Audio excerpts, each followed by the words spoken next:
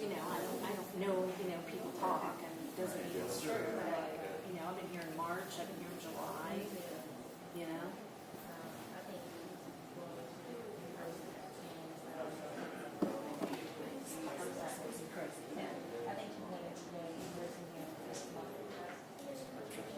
Well, we've been doing some in person, but we're not going all day till December. She decided that yesterday.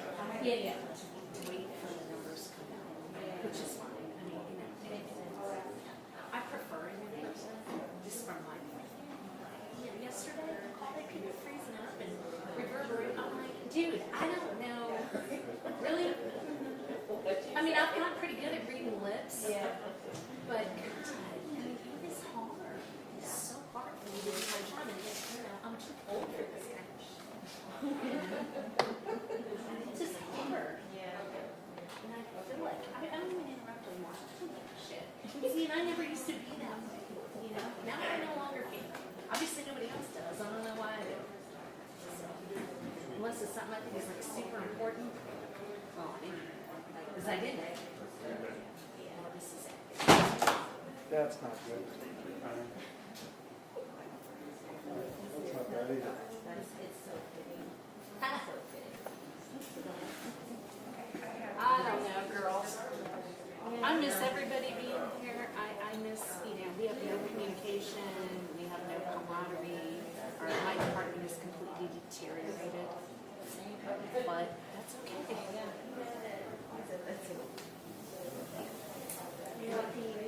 There's nothing happening. Just try to make the best of it. You know, you can do it.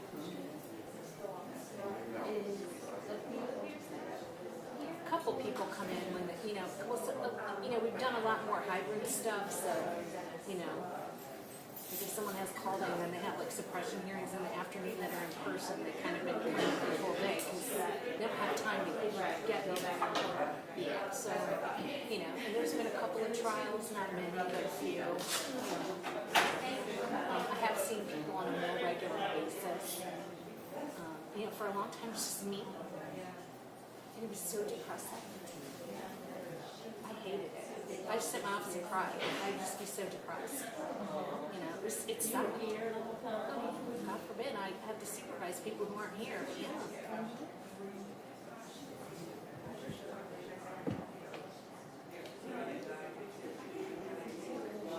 Did you apply for teachers?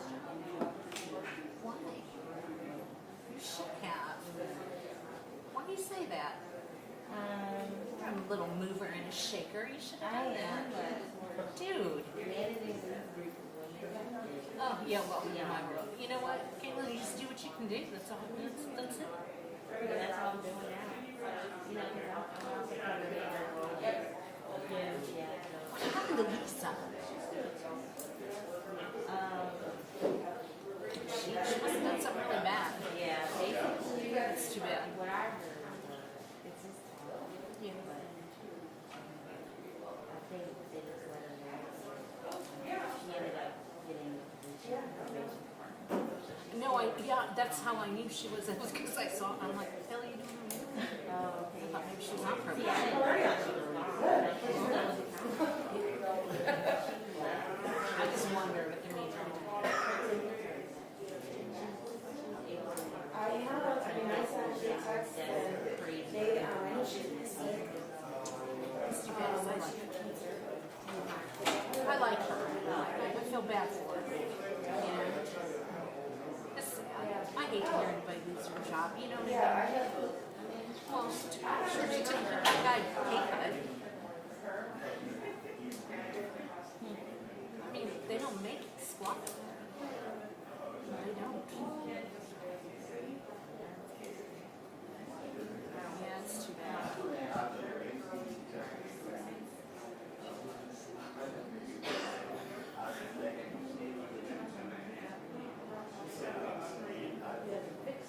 yeah, no problem. Yeah, I know she's just sick and, yeah, I have her text, she doesn't respond. Even, like I felt like he was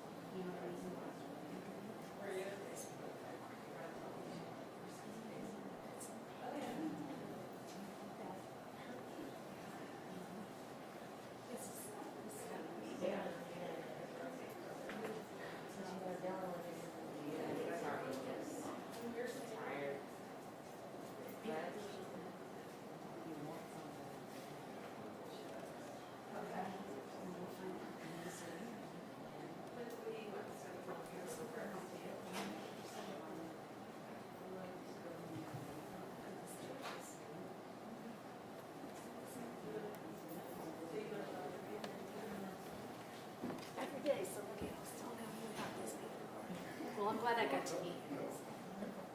Do you know where you're gonna end up, or you don't know that yet? She's gonna be good, well, Oh, okay. Well, she has a nice car. She has a really nice car. that's why, If you had to pick one, I would always pick that. that's what I. For sure. Oh, God. I love her. I did, but oh, my God. Yesterday was my first call day since August 2nd. It was, I love not having it. But I'm sitting there, like, after, like, 20 minutes, I thought, oh, Jesus. Oh, my God. It's like I never left. I feel like I just did call day yesterday. It was awful. Because we were in this trial.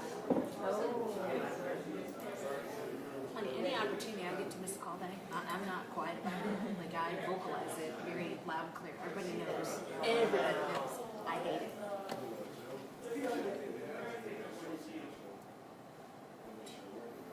I'm not here Monday.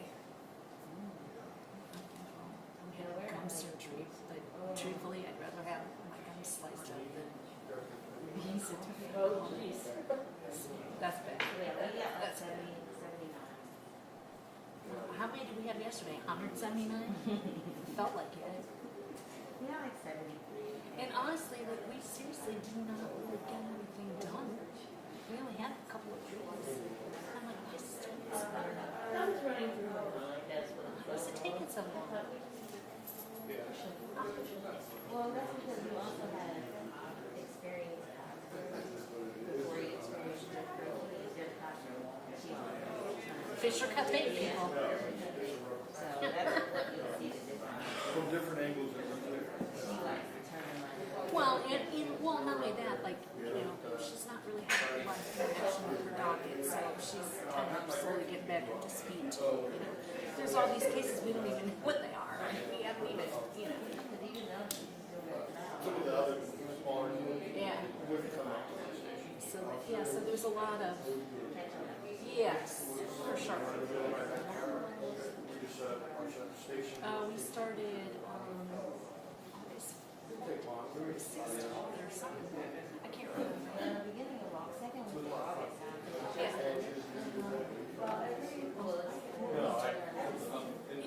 So today will be.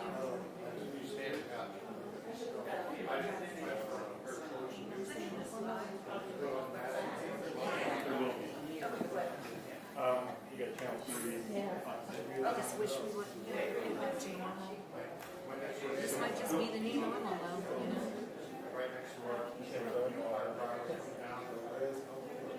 All you do is hit your button, go for it. Yeah.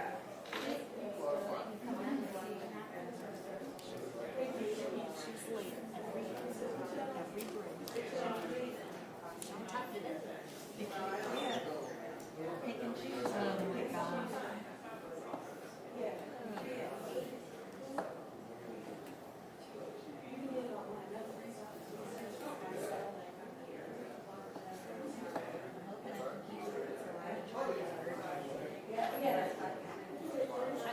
Yeah, well, I'm sure. It's so many charges. I mean, oh my God, the verdict forms are just like a gazillion because they all have like, specification 1 count 4, specification 2 count. Every 29 charges. Yeah, it was crazy. I mean, it was crazy. I was just beat from just doing that. The jury charges like this thick. It was nuts. Nuts. Definitely the longest one I've ever done.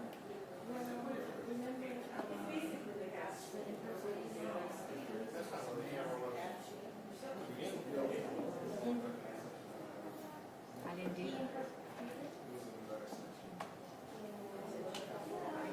Did he plead? That's why I don't know. Well, I might have been. I just have no memory. I gotta sit through a trial. Okay, maybe I called off that day because of that, because I'm not, that didn't ring no bell. Seriously, no, I could have done that. I'm thinking it probably was because I don't remember. Yeah, it was big. I'm not saying I didn't do it, I just don't really have memory. I feel like for a trial, reading all that, that was definitely by far the longest I've never ever. Yeah, And it that's just just. went, no. Yeah. So, it was definitely a lot of sick his I think, yes, I did. Yeah, see, if they put a trial, I don't really remember them right off. Right, yeah, it didn't go to trial. You can ask me about any person that went to trial from when I started in '94 and I will remember. Like, you just don't forget it. Yeah. It's happening.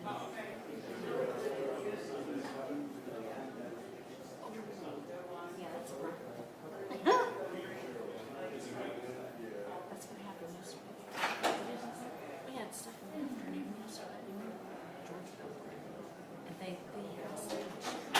They said he was here, and then he wasn't. Then they were around and they weren't. Yeah.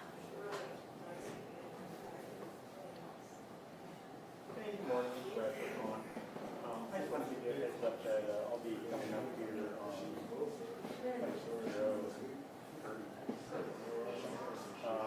I'm down here at the Akron thing, and they want me to do this. Are you staying for the next one, or you don't have to? For who? All the hearings. I think the only other one in person is Shockley this morning. The rest are by ring. Yeah. So we have 7 to 10:30 with the Shockley person. Oh, yeah. The rest of them.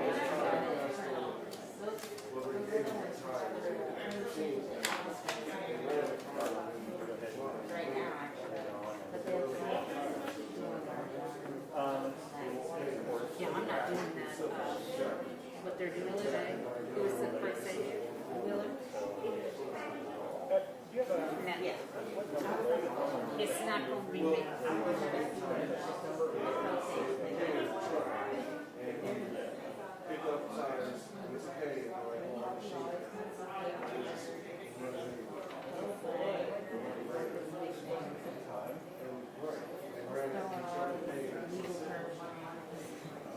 Probably not right. I mean, sometimes I was going to say point, but it's like. Well, we had that one guy just a few months ago that won. He won his case. He did. He did.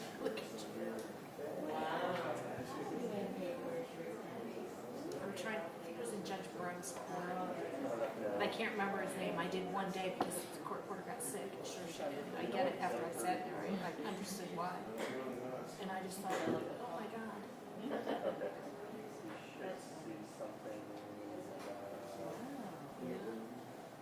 He won though. It's like, it's embarrassing. Embarrassing. For the rest of it, yeah. Not good. Well, and then news spread like wildfire through the jail. Do you know what I mean? Like, so then everybody. And that's probably where he comes from. You know? I'm just gonna go and leave it up. 15 minutes to 5. God, I can't remember that guy's name, and I don't care because I hope I never see him again because it's so awful. I mean, he was so. They were drug charges, but they were like serious. Judge Cosgrove was the judge. She was sitting for parole. So she probably should prosecutor. Yeah, no, not really. I mean, I didn't take the end. I just took like a middle thing, and I was just like, and then there was a motions hearing that I got stuck doing before the trial. And I thought, oh my God. I mean, he really didn't know what he was doing, but he was just so amped up that he was just super, just talking so fast. Couldn't even understand me. What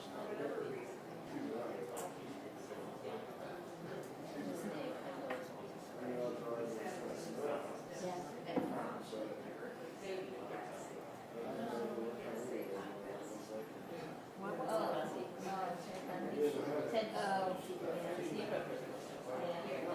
He was a lawyer though. Yeah, well, yeah. I think that's a yeah.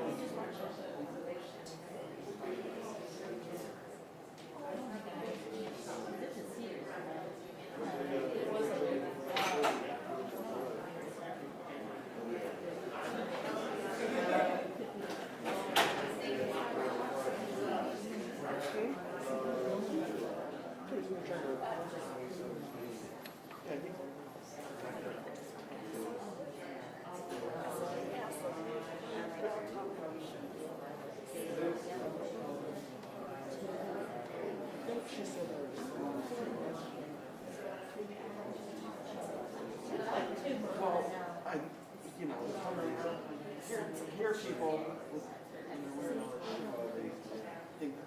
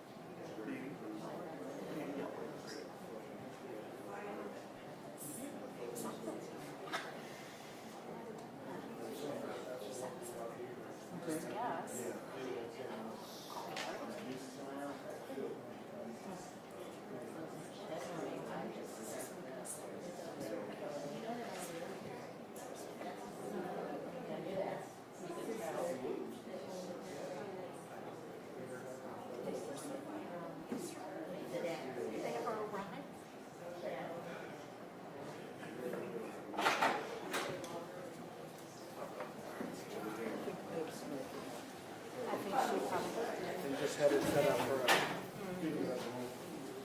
So I thought.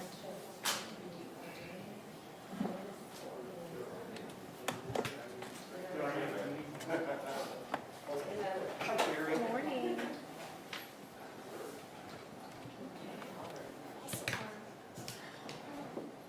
What's that? False alarm.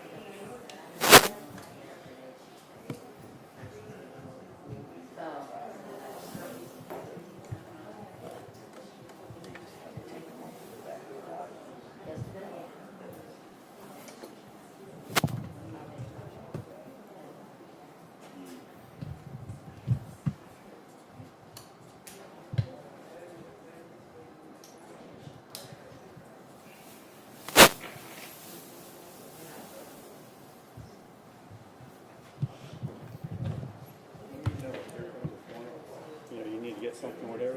You know, I can't move back or forward. I mean, most of it's just going to be a podium, but I imagine we'll want to do that at the same time. Right.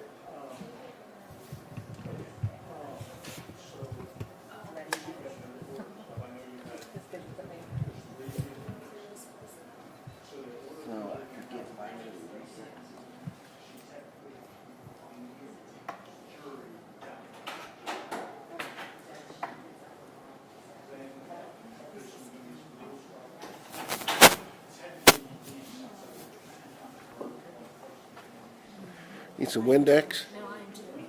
Always. Someone did a good job. Unless it's important. I mean, not that everyone is. Not everyone has this kind of empathy.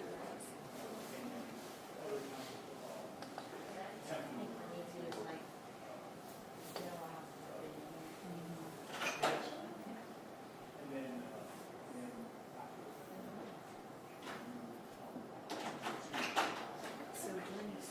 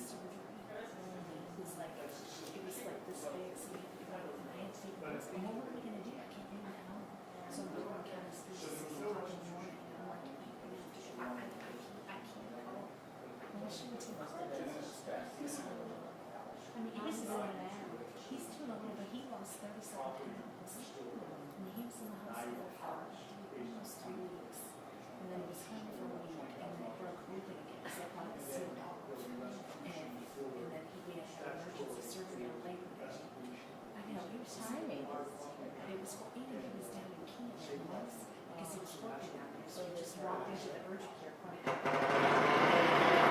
something, and it's gonna go home. You know, it didn't happen. I mean, yeah, we're gonna need to stop that.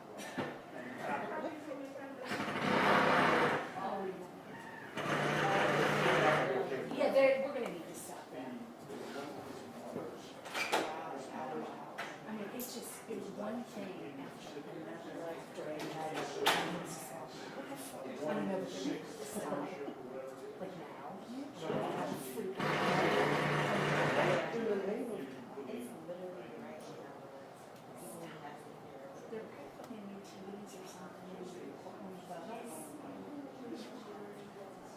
well, it's the never mind. Twilight Never Zone. mind. Remember? I keep forgetting. It's the Twilight It was Zone. like a constrictor forever and they did stuff and like shredded some people and they did it after hours. Disrupting people's work days. Well, nobody works here, so That's true. That's true. present company That's except. true. That's true. I mean, I just scratch my head every year.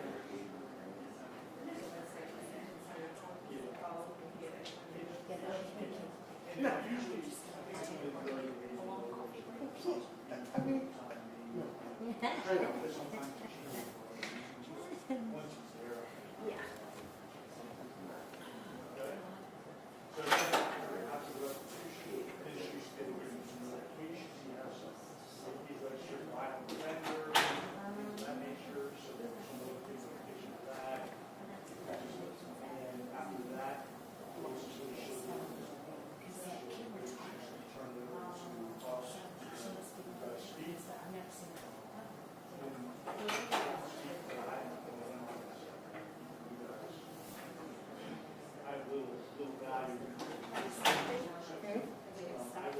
Yeah.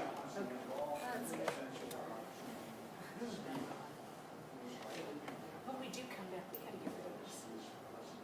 This. Oh. I can't talk to you through glass. I can't hear you.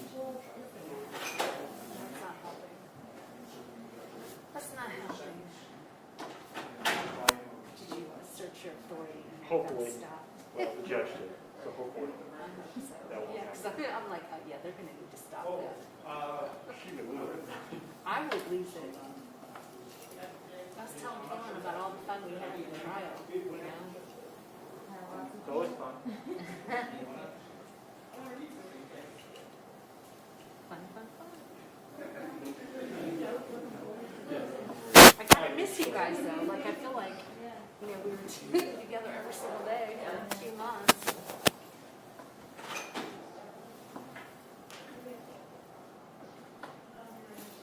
Are you on the next one at 10:30? Or are you on that shopper? Hopefully. Why not? We did a severance, he did a severance hearing, I was volunteer for it, but I don't remember. I don't know why. killed the 2 old men. I have no memory of this case. Huh. Is that gonna go to trial? I think they went with I'm sure they did. so if push it, I don't think it'll go to trial in the summer, so we'll know about it. Yeah, it's like coming up, like that's.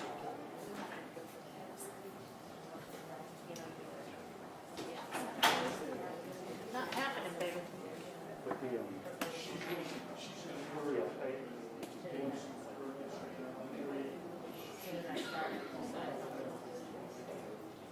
So you'll get those emails, just a reminder, but you should be checking your emails.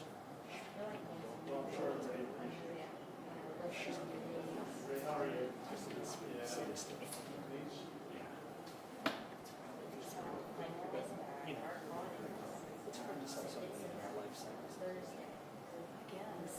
It's just when you're eligible for parole.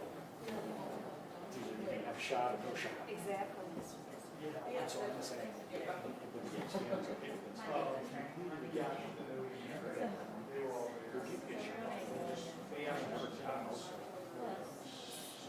Take responsibility for your life. He won't. He's smarter than me. He's incredible.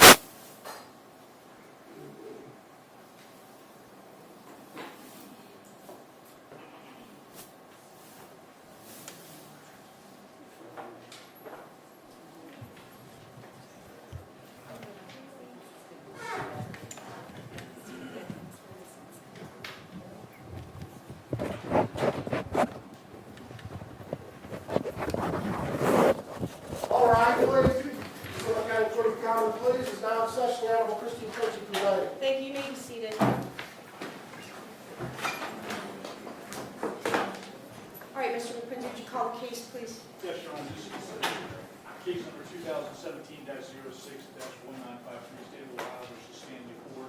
Mr. Ford is present in court in the custody of the sheriff, represented by Attorney Joe Gorman and Scott Riley. We're set for second. Thank you. All right, before we begin, I want to make a couple announcements. One, as I did at the start of every trial, there is currently a mask mandate issued by the Summit County Executive regarding masks at all county facilities, as well as a current order by the Summit County Common Pleas Administrative Judge. I have viewed the constitutional rights of those involved in this trial and have decided that constitutional rights outweigh any mask mandates. Therefore, when the attorneys are speaking, you may remove your masks. When anybody on behalf of the victims, as you approach the podium, you may remove your mask if you choose. You don't have to, but you may remove your mask so that you may be heard, so that the court reporter can accurately take down whatever is being said. And lastly, Mr. Ford, you have a right, as the accused, to not wear a mask. As I indicated to you at every day of trial, you have the right not to wear a mask. If you want to wear a shield, I'll provide you one of those, or you can continue to wear the white cloth mask that I have or that you have been wearing. Do you understand those rights? I do. And do you wish to continue to wear your white cloth mask? I do. Thank you, Mr. Ford. Furthermore, before we begin, most of you sat through the trial in another courtroom. You know, you've been through this process for over 4 years and have never had an outbreak, have never had any type of discourse, and I don't expect anything to be different today. I know it's a highly emotional situation, and I just would ask that everybody, no outbursts, no cheering, no clapping. This is a court of law, and I expect everyone to act as if it is. With that, we'll begin. Mr. Ford, you've been convicted by a jury of 22 counts of aggravated murder, as well as 55 specifications. The court, in addition, found you guilty of 22 RVO, repeat violent offender specifications, that was tried to the court. You were also convicted of 2 counts of attempted aggravated murder and 2 counts of aggravated arson. I find you guilty of those charges and those specifications. I adopt the jury's findings. In addition, the jury, during the second phase of this trial, recommended a sentence of life without the eligibility of parole as to those 22 counts of aggravated murder. I believe there are still 2 counts of attempted aggravated murder and 2 counts of aggravated arson that are left to be sentenced on pursuant to this court, and ultimately a final sentence. Before we get to that, I'm going to indicate for the record that we have talked, the counsel and I have talked regarding merger and of charges as well as specifications, and I want to put on the record that language before we proceed with talking about specific counts.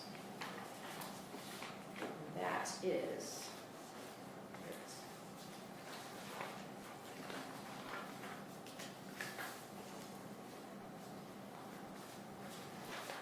pursuant to 2945.25 of the Ohio Revised Code, State v. Johnson and State v. Ruff, this court has determined that certain offenses were allied offenses of similar import. In making my decision, I have, pursuant to State v. Ruff, considered the conduct, the animus, and the import.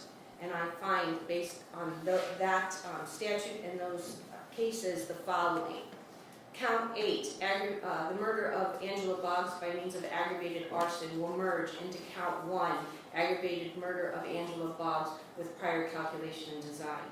I further find that specification 1, 2, and 3 to count 8 merge into specification 1, 2, and 3 to count 1.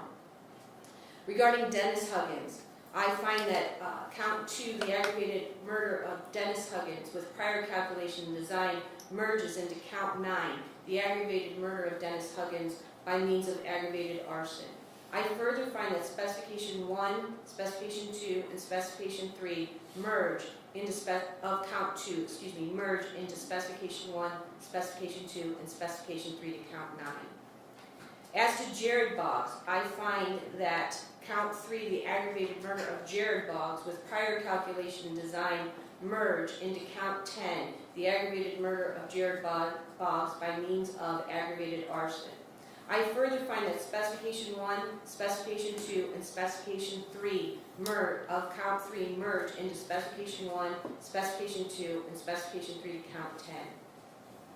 As to the death of Deja Huggins, I find that count 4, the aggravated murder of Deja Huggins with prior calculation and design, and count 11, the aggravated murder of Deja Huggins based on aggravated arson, merge into count 15, the aggravated murder of Deja Huggins being under 13 years of age.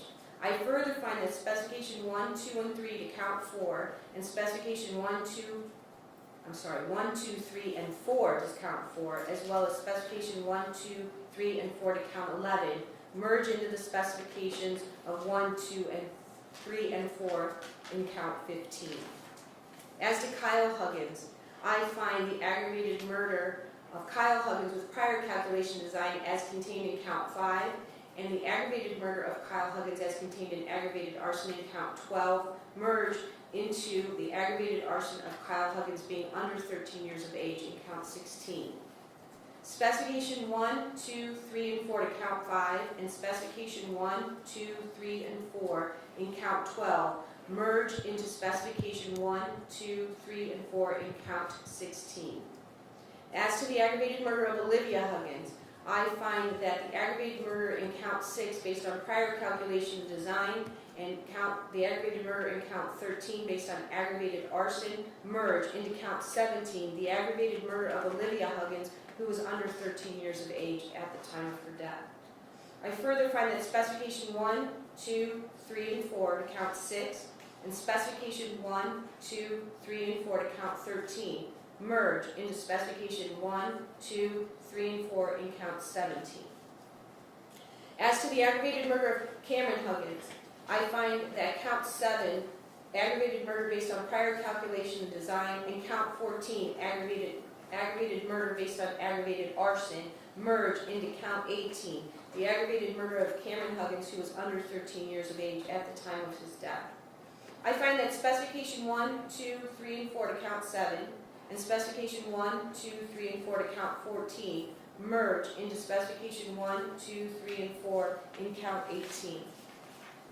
Count 19 is the aggravated murder, the aggravated arson along with the RBO specification of 693 Fulton Street in Akron, Ohio. I find that count merges into the aggravated murder charges as contained in 1 through 18. Count 21, the aggravated murder of Lindell Lewis based on prior calculation and design. And count 23, aggravated murder based on aggravated arson. Count 23 will merge into count 21 regarding the aggravated murder of Lindell Lewis. Specification 1, 2, and 3 to count 23 will merge into specification 1, 2, and 3 as to count 21. As to the aggravated murder of Gloria Hart, the aggravated murder in count 22 based on prior calculation and design will merge into count 24, the aggravated murder of Gloria Hart based on aggravated arson. I further find that specification 1, 2, and 3 to count 22 will merge into specification 1, 2, and 3 in count 24. As to the attempted aggravated murder of Thomas Hughley, count 25, attempted aggravated murder based on prior calculation and design will merge into the attempted aggravated murder in count 26 of Thomas Hughley based on aggravated arson. Specification 1 to count 25, the repeat violent offender specification, will merge into specification 1 to count 26. I further find that count 27, the aggravated arson, and the RBO specification of 719 Fulton Street in Akron, Ohio, will merge into counts 21, 22, 23, 24, 25, and 26. The defendant was found not guilty of counts 20, and I believe counts 28 and 29. Going forward, then, we will proceed on those counts that I have just enumerated, and for the record, it will be count 1, count 9, count 10, count 15, count 16, count 17, count 18, count 21, count 24, and count 26.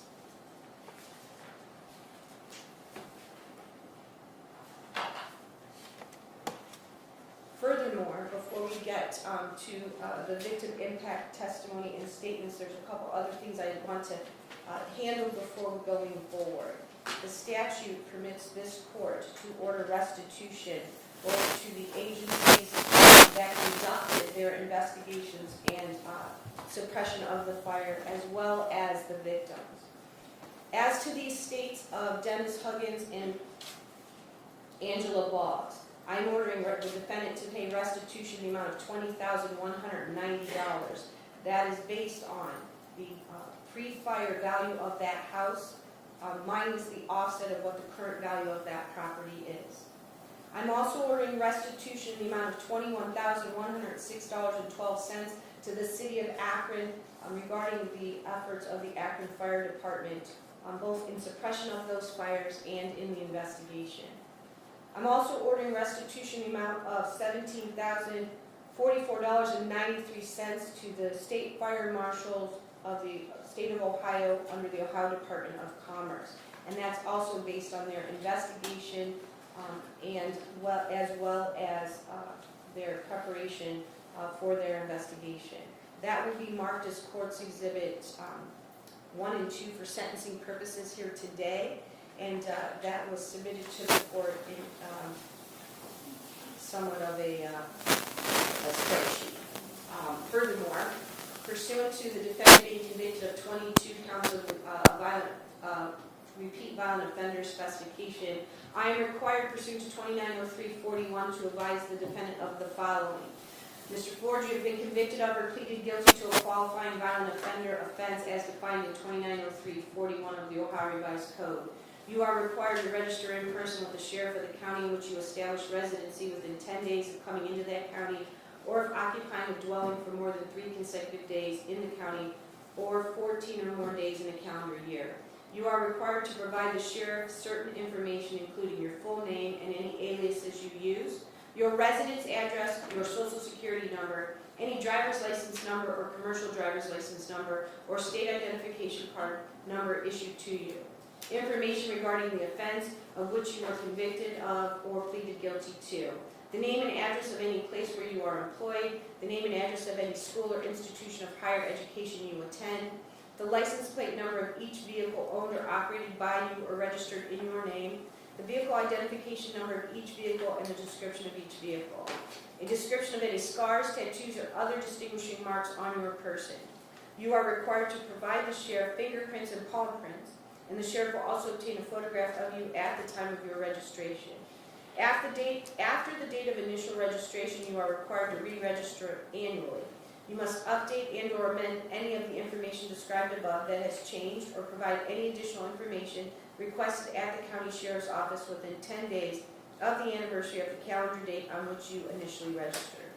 If you change your residence address, you shall provide written notice of that change to the sheriff with whom you most recently registered and to the sheriff in the county in which you intend to reside. You are required to comply with all of the above described requirements for a period of 10 years unless your sentencing court determines otherwise. Because your expected address is unknown, you will require or shall register in person no later than 10 days after, if and when you are released from the Ohio Department of Corrections. And that would be at the Summit County Sheriff's Office, 205 East Crozier Street, Akron, Ohio, 44311. Mr. Ford, I'm going to ask you that Mr. Riley and Mr. Gorman went over this form with you. Is that correct? Yes, Your Honor. And this is your signature on this form? It is. All right, based on that, then I'm going to go ahead and place my signature, and that will be distributed to the appropriate parties. All right, I think that handles my preliminary matters. Mr. LaPrinzi, on behalf of the state of Ohio. So, Your Honor, just to make sure I put on the record that, first of all, in regards to the merger, prior to coming today, the court indicated that you believed there would be merger issues, so you had requested we agreed to that to let you know so that you could preliminarily determine which ones would merge. We did indicate to the court prior to coming on the record exactly what the court had indicated, that we agreed that for the murders, they would merge. And for the other mergers of the arson counts and the remaining counts that were not merged, that although legally we don't know, we're not agreeing that they merge, but for purposes of this hearing today and this sentencing, we would agree to those mergers. So in having done that, the counts that you've merged, we then elected to have him sentenced on those counts that you merged those other charges into. So we're making those elections. In regards to the restitution, we did submit to the court prior to coming on the record a spreadsheet that was provided to us and when we gave it to defense counsel from the Ohio State Fire Marshal, indicating a spreadsheet of hours worked and the costs for that, and that's what the court had referenced. We also submitted a spreadsheet that was provided to us by the City of Akron Fire Department for the same purpose. I believe you've numbered those exhibits. And for the purpose of the evaluation of the Huggins home, which they did own, I provided you, number one, with the 2021 valuation, now that the house is of no value, and also the one prior to the house being burned down, and I believe that's what the court used. Additionally, I did present to the court, and I'm going to ask that the court make that an exhibit, the Summit County land records regarding the address of Mr. Strike that, of 1374 Hillcrest, which indicates that Mr. Ford is a part owner of that home for purposes of his obviously ability to pay some of this restitution. So we want to put on the record that we did provide to the court that he does have that ability. He's married to someone who has an income, plus I believe he receives income from his disability. So we do believe that we have presented evidence in regards to his ability to pay. Other than that, Your Honor, Before you begin, so I just want to make the record clear. The counts that I indicated at the very end, counts 1, 9, 10, 15, 16, 17, 18, 21, 24, and 26. You agree, Mr. Lipinski, those were the counts that the state chose to proceed on? correct. Okay. I forgot to say that on the record earlier. Yes. So before you get to the other part, on behalf of the defense, with regards to everything that Mr. Lipinski's just placed on the record, any response or anything you want to put on the record? Thank you, Judge. Joseph Gorman, Scott Riley, on behalf of Mr. Ford. Judge, as it relates to the ordering of restitution, we would object to the ordering of restitution. As this court knows, Your Honor, and this court has found throughout the last 4.5 years, Mr. Ford is indigent. He does not have the ability to pay. We would object to that. As it relates to Judge, his 1374 Hillcrest and whatever interest they believe he has, Judge, and they're talking about his disability. I believe once you're sent to prison, the disability stops, if I'm not mistaken. I'm not a civil attorney, though, Judge, and as it relates to, they mentioned his wife's income, I would object to that, Judge, and I would say, or ask the court to recognize that he would maintain his right to fight that civilly if someone was trying to attempt to take money from his wife's income or his disability or that house, Judge. Whether or not he has a ownership interest in that house, Judge, may be contested as well. So I'd ask the court to recognize that. And overall, Your Honor, the amount of restitution, we would object to that being ordered by this court. All right, your objections noted and overruled. First of all, indigency means, with regards to these proceedings, that you don't have the financial ability to pay ongoing an attorney to represent you. Doesn't mean that you don't have property interests. And so I understand your argument, but your argument is noted and overruled. Also, I'm ordering restitution. I'm not ordering collection. So however that proceeds will be a matter in a different court for a different date. Furthermore, I want the record to be clear that I'm ordering the restitution to the estate of the Boggs and Huggins estate to be taken out first and foremost prior to any restitution paid either to the city of Akron or the state fire marshals. I understand, Judge. I just wanted to make a record. I understand. I totally understand. Anything else? Any other issues, Judge, you wanted me to address? Right No, now? we talked about merger and the specifications as well as restitution, and then I wanted to handle those issues prior to getting to the victim impact and any statements that the defendant chooses to make. Judge, Attorney Riley and I do not, unless he corrects me, do not see any other merger issues that need to be addressed with the court. All right, thank you, Mr. Gordon. All right, Mr. Lipinski, you may proceed. Yes, Judge. At this time, I believe we have but we have a lot of representatives from the victims' families here. The court is full of them. And I believe we have a handful of them that would like to speak. We ask the court to entertain that right now. Absolutely. So for those of you that are going to speak, I'm just going to ask when you come up to the podium, make sure you state your full name, and then please keep your voice up so that the court reporter and all of us can hear what you're saying.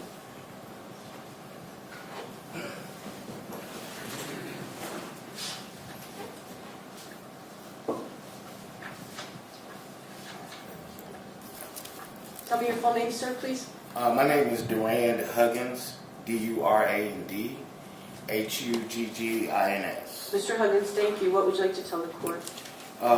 Well, first of all, I am Dennis's older brother, not his oldest brother, but an older brother of Dennis Huggins.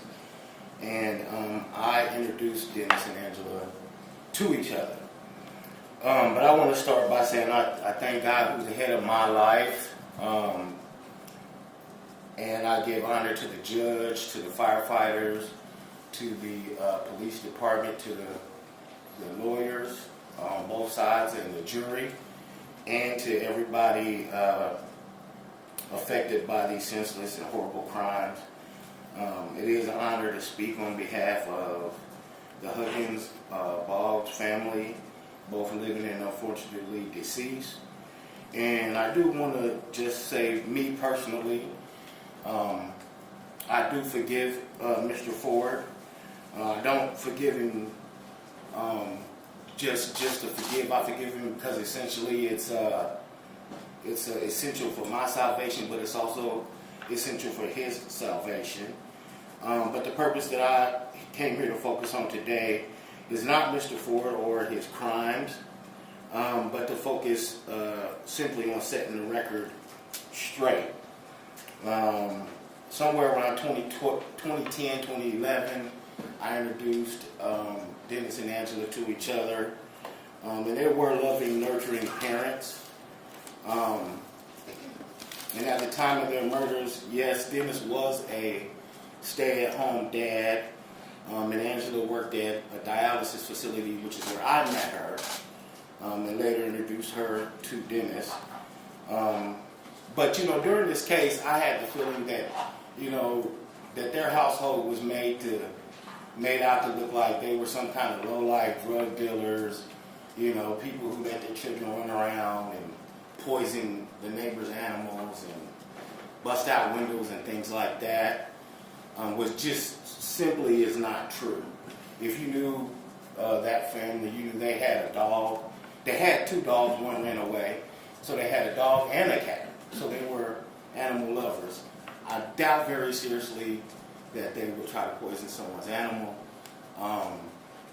Also, I've been over at their house many times, and as far as I know, I've never even seen any other animals in proximity to be able to be poisoned. Angela was a hard-working mother, and out of that household, with 7 children, she gave birth to 6 of them. And the oldest child out of the group was Tyennis Huggins, and that was my brother's first child. And might I add, all of them were healthy and very well taken care of. And this is where I really want to set the record straight. Dennis was the youngest of our whole family. Out of the 4 boys, he was the youngest. My dad had 2 daughters, but even still, Dennis was the absolute youngest. And he wasn't an angel. He smoked weed, sold a little bit of weed also, but he only sold enough weed to smoke for free, and get some groceries. That's definitely the gist of it. He wasn't a baller. You seen the car that was in front of the house when the house burned down. It was one vehicle. Didn't have 20s. Didn't have spinners. Wasn't nothing like that. They had a whole lot of little children. And let's see. And with Dennis being a stay-at-home dad, that was actually a choice that Dennis and Angela made, just simply because it was financially more feasible for one of the parents to stay home instead of paying daycare for an infant and 2 toddlers. So for them, it just made more financial sense for one person to work. Angela loved her job. She loved her. She worked about 70 hours a week and did it with a smile on her face. And she worked even during her pregnancy. One time she put me on the machine in dialysis. She was pregnant with Olivia. By the time I made it home from dialysis, she had delivered the baby. So she worked some of her pregnancies all the way through. And then some of the times when she was pregnant, and if she didn't work, then Johnny on the spot, Dennis went to work. So he worked when she wasn't. And then she stayed with the children when she was pregnant, and he worked. And I just wanted the record to reflect that. Also, Dennis was a college-educated young black man. He achieved his associate's degree in the applied science of electrical technology. And he also furthered his education, and he had a bachelor's degree in business technology. At the same time, and like I said, anytime Angela came off work, Dennis went right to work. So he did what he did, and like I said, I don't justify any of that. It's against the law to sell weed or to have weed, I guess. I don't really know, but it is, so the reason he did what he did was because of that. And it's easy to judge a book when you're looking on the outside looking in, you see it from a distance. So I can see how sort of on a distance it may look like something. But if you consider the fact that he has 6 children, I had a sister that moved here from Michigan who had 5 children that are all grown, like young grown, like Ty Ennis's age, in their 20s. And they all came over to the house. And on Sundays, Dennis had put together a football game. And we would all meet up there after church. So if you drive past there and you see 15, 20 young guys, big guys, dressed raggedy, getting ready to play street football, it may look like there's something going on over there. But that's just on the outside looking in, why sometimes you're judging a book, but you don't really know what's going on. And so, you have to consider those things. I'm not saying every time there was a lot of people there, we were playing football, but if you have a lot of family and you're throwing a barbecue, it might look like a party. You're playing music loud, it might look like a party. And I said all that to say, in the memory of the Huggins-Boggs family, they were a young, blended, multiracial family working hard to achieve the American dream just like you or me. Were they perfect? No. Did they deserve to die? No. Could they have made better choices? Yes. But we all could. So, don't be so quick to judge a person by what you think you see on the outside. But I would implore you to take a chance to get to know your neighbors and know them with love and kindness. And this is in love and memory of all the lives affected by the tragedy on Falls Avenue. Thank you. Thank you, Mr. Huggins.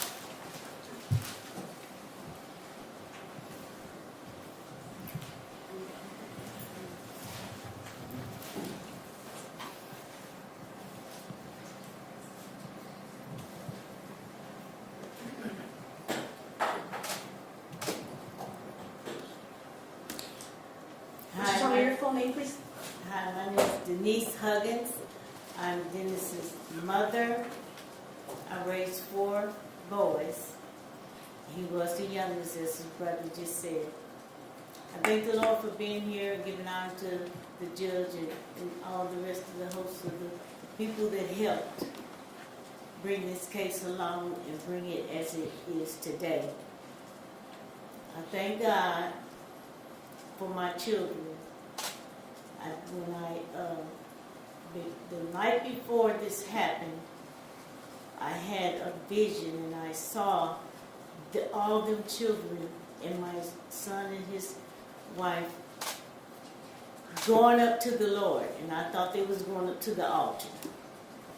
So I got happy in my soul. I got happy in my soul that my baby was finally going to come back to church.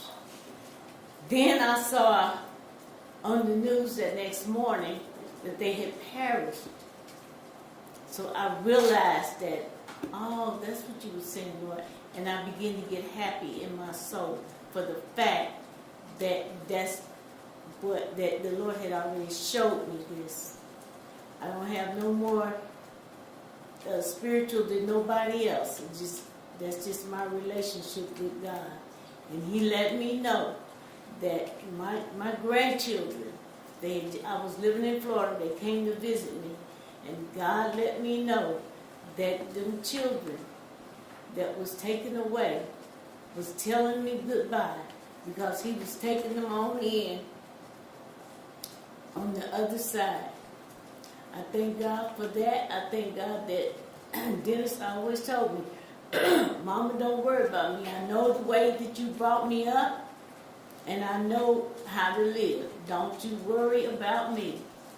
And I know I don't have nothing to worry about my children because they left this side of life and went on to be, I believe, with the Lord. I thank and praise the Lord. My grandbabies didn't have to live through this in this cold, cruel world today. I thank and praise the Lord that God saw fit to take them home when He did. I thank God for that. And to Stanley Ford, I want you to know that my family are praying people. And when something happens, God has us all covered. He has us all covered. But if we give our life to the Lord have a special covering over us. And I believe that's why you are sitting where you're sitting today, because you messed with some of God's chosen people. And the Lord did not see fit to let you live among society. And I thank God this is what happened. I'm glad that they didn't do the death penalty. Even though if it happened, I'd still be okay. But since you have to live the rest of your life in jail, I'm very satisfied that that's what's going to be happening. That you don't have to, nobody have to worry about Stanley Ford doing harm to their family. That's all I have to say. Thank you, Mrs. Huggins.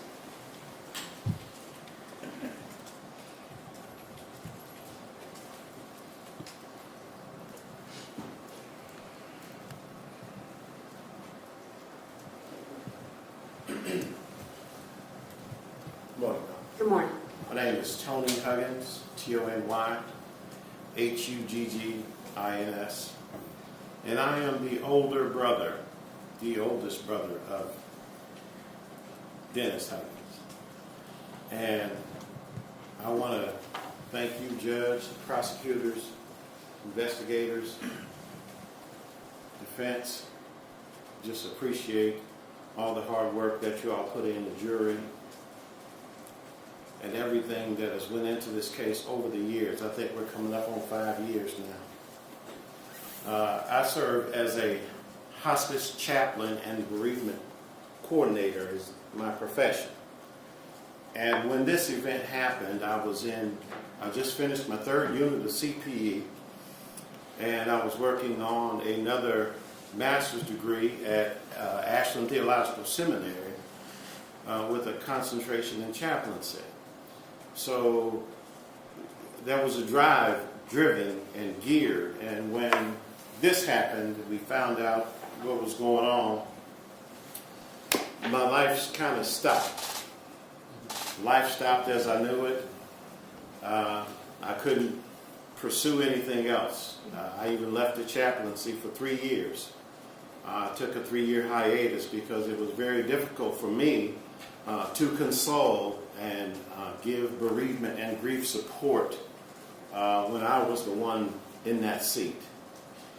But it took me some time. It took me some time. This tragedy transcended 5 generations of our family. My grandchildren and Dennis's children. Dennis and I were 10 years apart. Our grandchildren were like best buds. They were cousins, but they were spend the night and sleepovers and birthday parties, and I wanted to bring so many pictures of just my grandchildren and Dennis's children and the way that they interacted. My daughter sitting back there, her daughter, Demaya, was born blind. Her retinas didn't develop at birth. Deja was her guide. You could not enter the room or go anywhere where you did not see Deja guiding and leading Demaya. This is how close-knit our family is. And, you know, I know it was a theme of like paganism and drug dealing and all that stuff.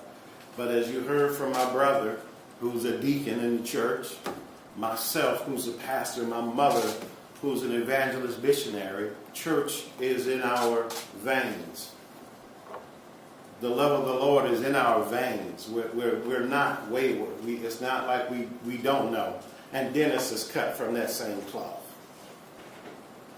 The fact that we had to endure that, and it took me some time to get back to the chaplaincy and get back on track.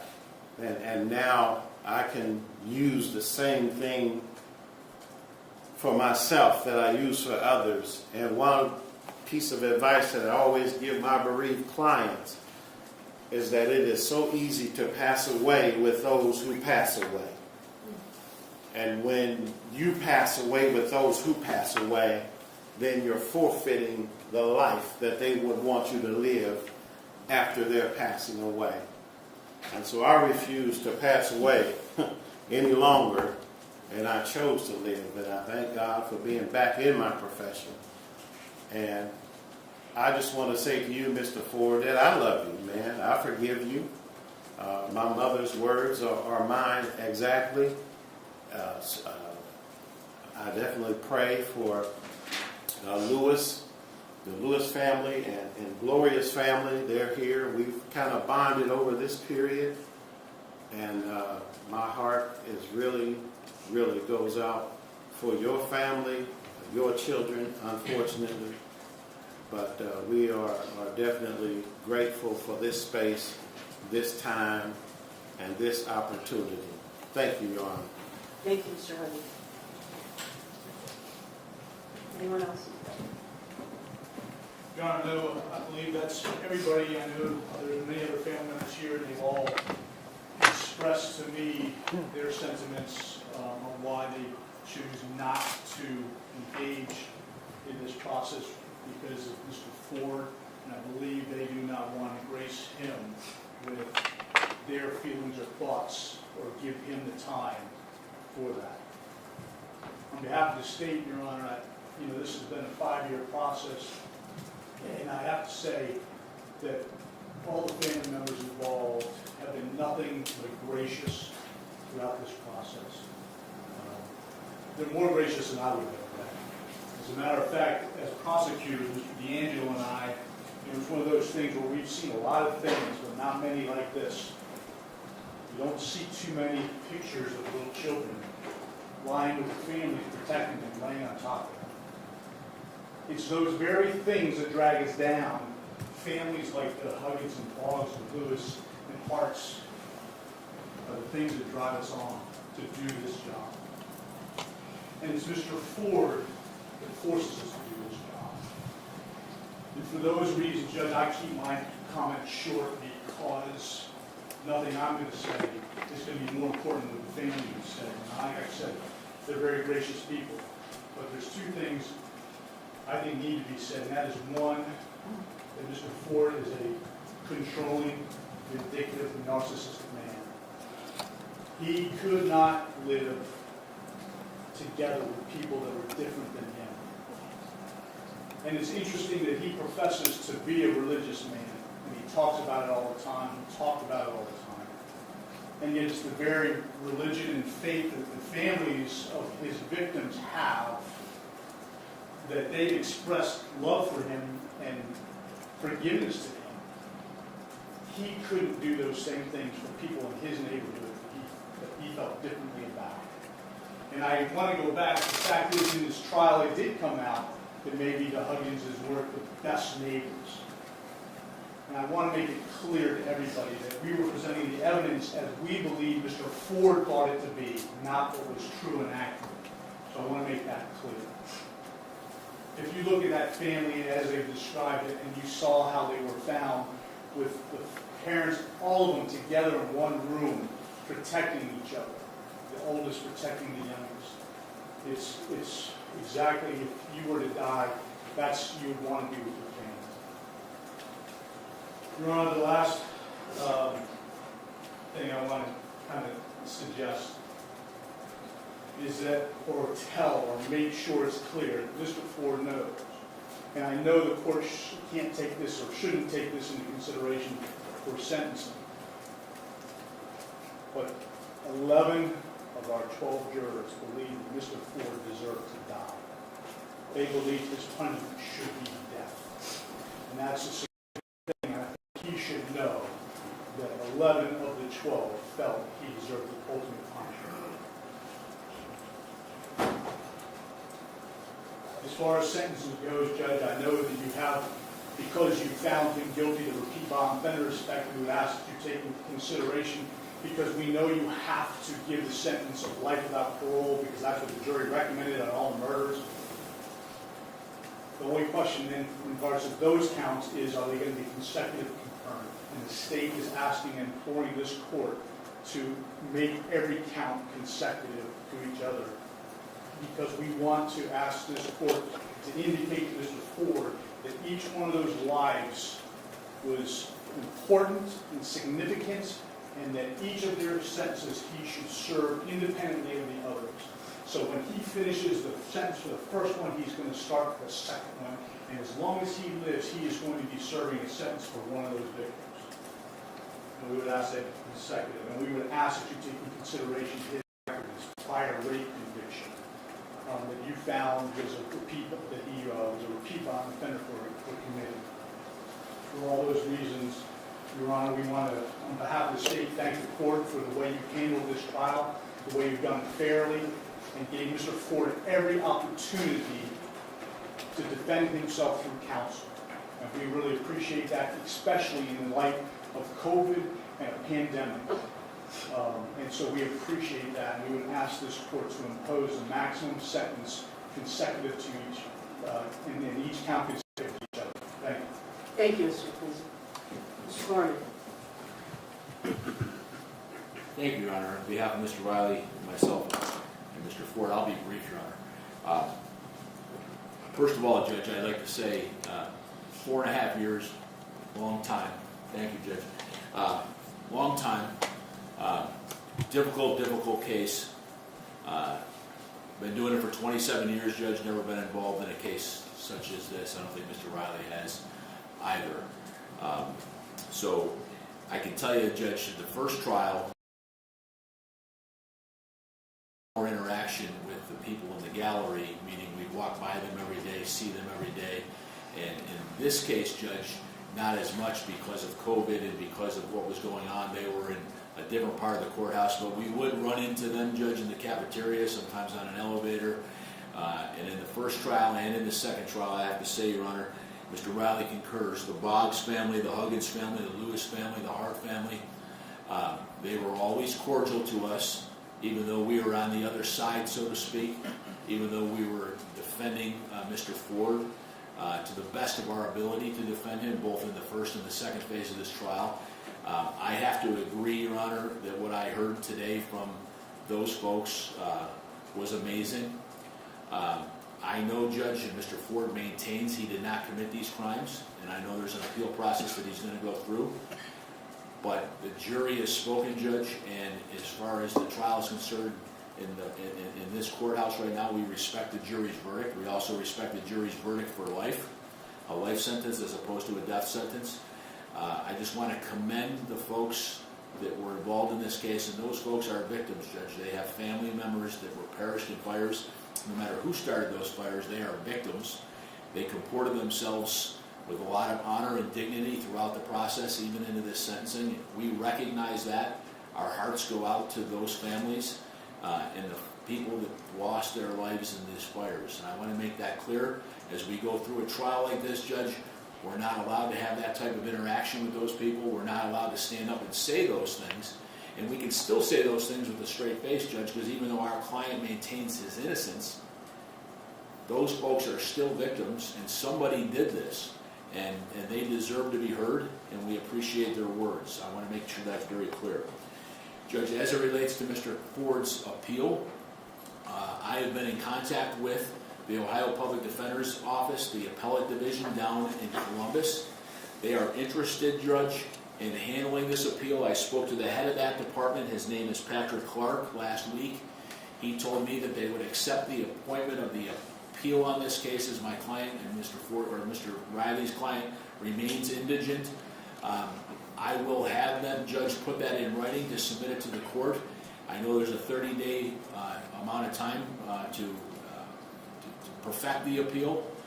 Mr. Riley and I will make sure that that is done, Judge, while you're hearing from the Public Defender's Office, but I'd urge the court to allow them to handle the appeal in this matter. As it relates, Your Honor, to Mr. Ford, he certainly wants to avail himself of his right to appeal.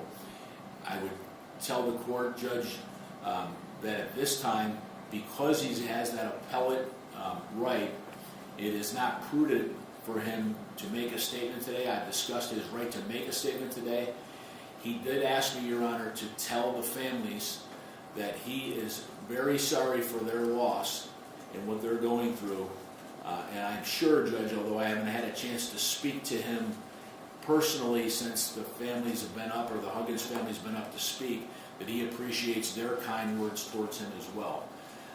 So at this time, Judge, based on the fact that he has a right to an appeal that everybody has after a trial, he's going to decline at this point to make a statement in the courtroom today. Perhaps at a later date it would be more appropriate.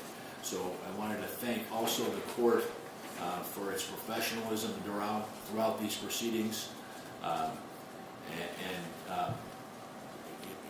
once again, Judge, express sympathy for everybody who lost a loved one in this matter. Thank you. Thank you. I'm just going to inquire. Real quick, Judge. Yes. I will believe, Judge, that consecutive sentences are completely unnecessary in this case, as it goes almost without saying, Judge, you can only live one life. Mr. Ford has been sentenced to life without parole by this jury in this case, which means, Judge, that he will never leave prison alive. So to make it a max sex sentence, life on top of life on top of life, Judge, to me seems meaningless and unnecessary. So I'd ask the court to run all of the counts concurrently and not consecutively. Thank you. Thank you. I'm just going to inquire of your client for the record. Sure. Mr. Ford, you have a right to make a statement prior to sentencing. You may execute that right if you choose to, or you may choose to remain silent. That is completely up to you. Do you wish to make a statement at this time? No, Your Honor. I think the family for a I just refuse to speak at this time. All right, thank you.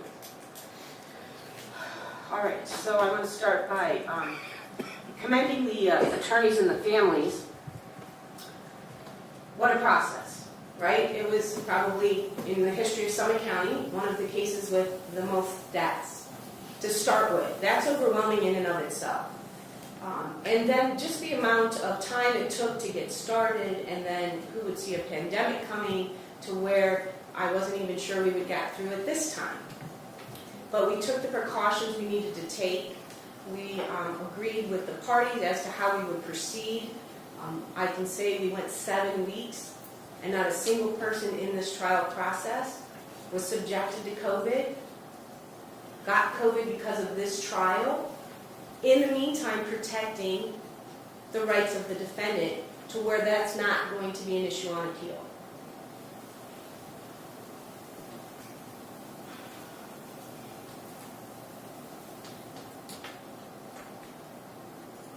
You know, I've lived with this case for 4.5 years, and I still struggle. I cannot come up with words. You know, normally I'm a pretty straightforward shoot from the hip kind of person, right? I can look at the defendant and tell them what I think, and I will. But I struggle knowing you are all out there. On behalf of the Hugginses, thank you for the insight into that family. I don't think any of us knew that. We didn't know about the children. We knew about the children, we knew about their ages, but we didn't know about what a close-knit family. And we heard from Mr. Lindell Lewis's sister, so we have some insight into him and into Gloria. But we didn't have insight into the Hugginses family and the Boggs' family. And so we want to thank you for that. And you know, many people will see this type of emotion for me as a sign of weakness. I consider it compassion for all of you, because these are senseless, they're tragic, and completely unnecessary.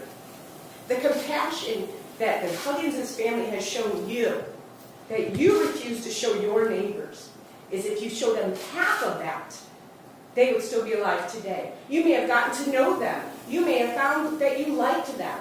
Instead of accusing them of being homosexuals, of being alcoholics, of being gamblers. But you chose to take it into your own hands. You chose to seek revenge and not live by the Bible. I disagree with that, Your Honor. You had an opportunity to talk, you're done. It's my turn. I have sat on my hands for 4.5 years and listened to you rant and rave about how you've been railroaded, how the evidence has been tampered with, how they're setting you up, how I was giving signals to them, how I'm on their side, when I bent over backwards to assure that you had a safe, effective, and fair trial. A jury of your peers that you were in the process and proceeded to select have found you guilty of killing 9 people and attempting to kill 1 other person and starting 2 fires. And to watch, not a word, Mr. Ford, and to watch that video and to watch you enter that house, knowing that the first one you set killed 2 people, and knowing that you were setting the second one, that there were 7 people in that house, and you still chose to do that in the cover of darkness, knowing that those houses go up in a blaze, knowing that there are people sleeping in those houses. If you wanted them out of the neighborhood, you could have proceeded a lot differently. To watch that video of Lindell Lewis and Gloria Hart's house go up in flames, and to know that those people were inside while that video was going, I can only imagine the fear in all of them. And for those babies being huddled underneath their parents, while Jared Boggs is trying to get from the 3rd floor outside to get help. And the lives of the firefighters that you put at risk by having to go in that house to put those fires out, and to potentially walk through a house that could have collapsed at any moment to retrieve those victims. There are no words to explain it. It is the most atrocious version of these types of offenses that could possibly happen. And while you have maintained your innocence throughout this trial, you have shown not a shred of sympathy or remorse during this 4.5 years. So I thank the Huggins and the Boggs family for your dedication, your continued support and commitment to this process.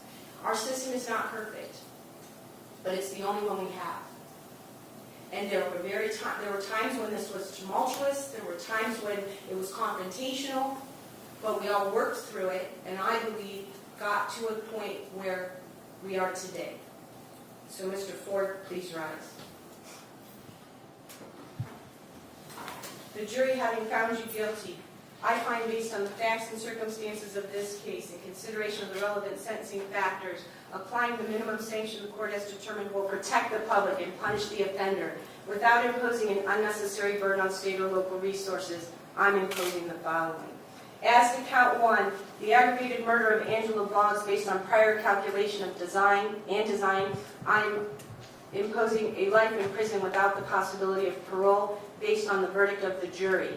Specification 3, the repeat violent offender specification, 2914 B2A does not permit me to sentence him on that specification due to the fact that he's serving a life sentence.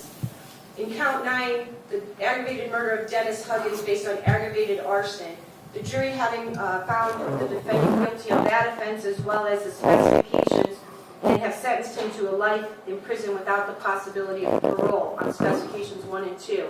Specification 3 is again a repeat violent offender specification, and I am not permitted to sentence him because he is going to serve a life sentence. Count 10 as to Jared Boggs, aggravated murder based on aggravated arson, and the specifications 1 and 2 to those counts, the jury found the defendant guilty and sentenced him to a life in prison without the possibility of parole. Specification 3 I will not sentence on because he is serving a life sentence. In count 15, the aggravated murder of Deja Huggins being under the age of 13, and the jury sentencing the defendant in specifications 1, 2, and 3 to life in prison without the possibility of parole. Specification 4 is a repeat violent offender specification, and I will not sentence him because the statute does not permit me to. Count 16, the aggravated murder of Kyle Huggins for being under the age of 13, and the jury finding him guilty of that and sentencing him to specifications 1, 2, and 3 to life in prison without the possibility of parole. I will not sentence on specification 4, which is the repeat violent offender specification, due to him serving a life sentence. Count 17, the aggravated murder of Olivia Huggins, being under the age of 13 years of age at the time of her death. Specification 1, 2, and 3, the jury found him guilty of that and sentenced him to a life in prison without the possibility of parole. Specification 4, the repeat violent offender specification, I will not sentence him on because he is serving a life sentence. Cameron Huggins, the aggravated murder in count 18, being under 13 years of age, the jury found you guilty of that as well as specification 1, 2, and 3 and sentenced you to a life in prison without the possibility of parole. I will not sentence on count specification 4, the repeat violent offender specification, as you will be serving a life sentence. Count 21, the aggravated murder of Lindell Lewis based on prior calculation and design. The jury found you guilty of that offense in specification 1 and 2 and sentenced you to a life in prison without the possibility of parole. I will not sentence on specification 3, the repeat violent offender specification, as you are serving a life sentence. Count 24, the aggravated murder of Gloria Hart based on aggravated arson. The jury found you guilty of that offense and sentenced you to life in prison without the possibility of parole to specification 1 and 2. I will not not sentence you on specification 3, the repeat violent offender specification, as you will be serving a life sentence. So I am imposing a life sentence without the possibility of parole on counts 1, 9, 10, 15, 21, and 24. As to counts 26, the attempted aggravated murder of Thomas Hughley, the jury found you guilty of that offense, and I found you guilty of specification 1 to count 1, the repeat violent offender specification. I'm going to sentence you on the attempted aggravated murder to 11 years in the Ohio Department of Corrections, and because that is the maximum sentence on that offense, I am permitted under the repeat violent offender specification to add an additional 10 years consecutive to the attempted aggravated murder for a total of 21 years. I find pursuant to the statute, I am permitted to do that after considering the factors set forth in 2929-12. And as this is the most heinous version of this offense, I believe that that RVO specification is appropriate. I am based on the information before me, based on the defendant's prior record, and I find that consecutive sentences are necessary to protect the public from future crime and to punish the offender, and is not disproportionate to the seriousness of the offender's conduct. While I realize you can only live one life, every day you serve for the rest of your life, you will know that you have been sentenced for the death of each one of these victims and the attempted death and attempted murder of Thomas Hughley. I find that one or more of these offenses was committed while, at least 2 of those offenses, were committed as part of 1 or more courses of conduct, and the harm caused by 2 or more of those offenses was so great or unusual that no single prison term for any offense committed as part of the course of conduct adequately reflects the seriousness of the conduct. And I also find that your criminal history, while you had a significant term of nonviolent living, I also find that your criminal history demonstrates that consecutive sentences are necessary to protect the public from future crime. Therefore, as to the death of Angela Boggs in count 1, I'm imposing a life in prison without the possibility of parole, consecutive to count 9, the aggravated murder of Dennis Huggins, and I'm imposing life in prison without the possibility of parole, consecutive to count 10, the aggravated murder of Jared Boggs, you will serve life in prison without the possibility of parole. Consecutive to the aggravated murder of Deja Huggins in count 15, where you will serve a sentence of life in prison without the possibility of parole. Consecutive to count 16, the aggravated murder of Kyle Huggins, and you will serve a sentence of life imprisonment without the possibility of parole. Consecutive to Olivia Huggins in count 17, where you will serve a sentence of life imprisonment without the possibility of parole. Consecutive to count 18, the aggravated murder of Cameron Huggins, where you will serve a sentence of life imprisonment without the possibility of parole. Consecutive to count 21, the aggravated murder of Lindell Lewis, where you will serve a sentence of life imprisonment without the possibility of parole. And count 24, the aggravated murder of Gloria Hart, where you will serve a sentence of life without the possibility of parole. 9 consecutive life counts consecutive to the attempted aggravated murder of Thomas Hughley and the RBO specification. 9 life sentences consecutive to each other without the possibility of parole, consecutive to 21 years. Lastly, I have ordered restitution. I will not order a fine. I will order that on the following dates you will be held in solitary confinement. May 17th, April 18th, December 8th, December 23rd, January 10th, and January 15th. I'm giving you credit for 1,617 days of jail time credit, and based on your statements by your counsel, you have the right to appeal this conviction within 30 days of today's date, and I will, upon proper notification by the State Public Defender's Office, appoint the State Public Defender to represent you on that appeal. I'm further ordering that the online docket now be unsealed, and I'm removing the gag order. Anything else for the record, gentlemen?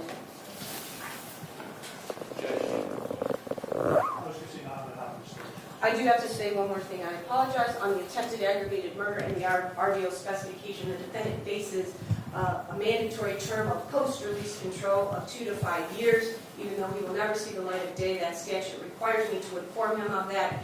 If he were to be placed on, when he were to be placed on post-release control, if he were to violate the terms and conditions, he could be returned to prison for up to half of his stated prison term.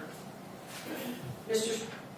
Ford, I hope God has mercy on your soul, and I hope at some point in time you seek the mercy and the forgiveness of your Creator. We're adjourned. Your Honor? Yes. Before we're adjourned, I believe, Judge, because you have imposed max consecutive sentences on all counts, I think we would object to that, Judge, for purposes of appeal. Thank you. Your objections noted and overruled. I think I've made the record abundantly clear as to why those are necessary. We're adjourned. But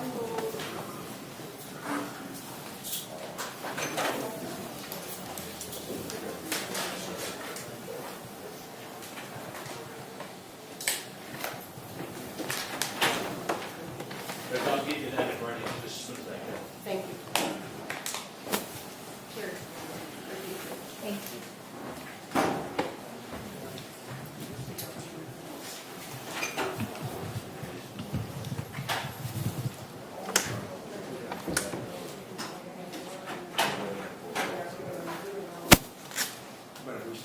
Oh, sure.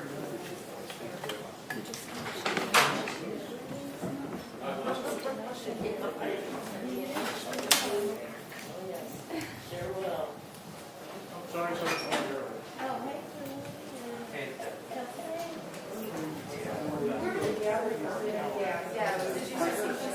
No, I was just saying hi. Absolutely. All the time. Yeah, thank you.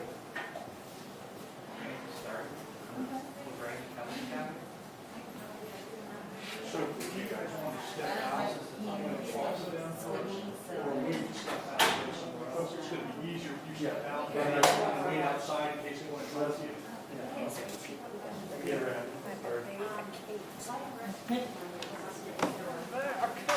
Thank you, my wife. Yeah, I am both. Yes.